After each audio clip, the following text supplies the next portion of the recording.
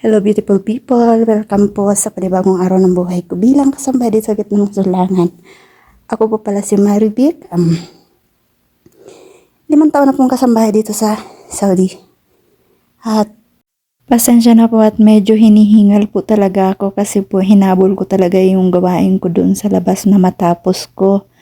Ayun, awa ng Diyos, natapos ko naman siya ng 11 kaya sumaglit po ako dito habang wala pa yung mga bisita para makakuha po ng video at may update sa inyo. Ngayon po ay meron kaming event.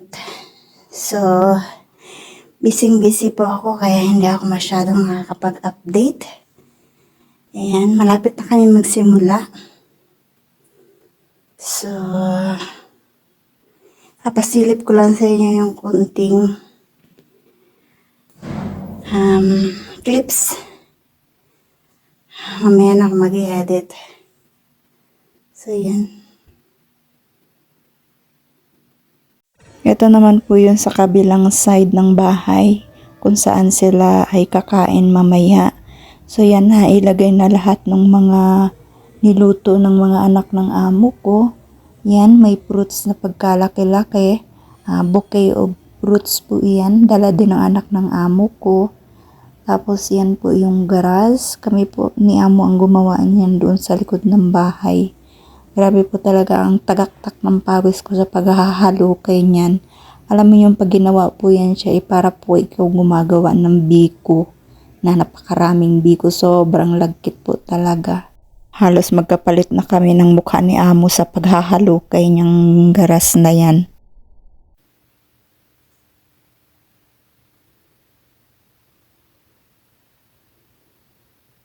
من جاب هذا سميرة؟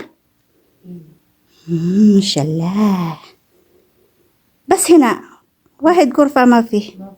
Ito naman pong kwarto dito ay yung anak ni amo ang nagpuyat nito kagabi para i-arrange ito dito.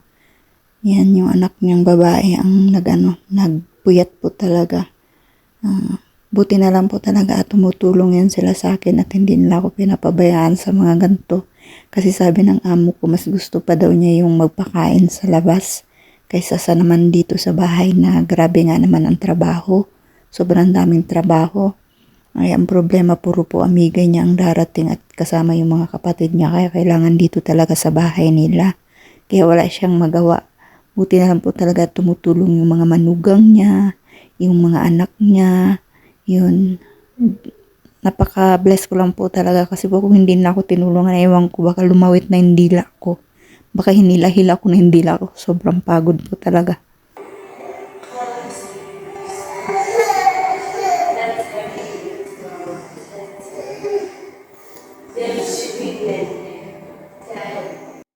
Maraming salamat po sa panunood. See you in my next vlog. Don't forget to follow, like, and share. Mahal ko po kayo. Amping Kanunay.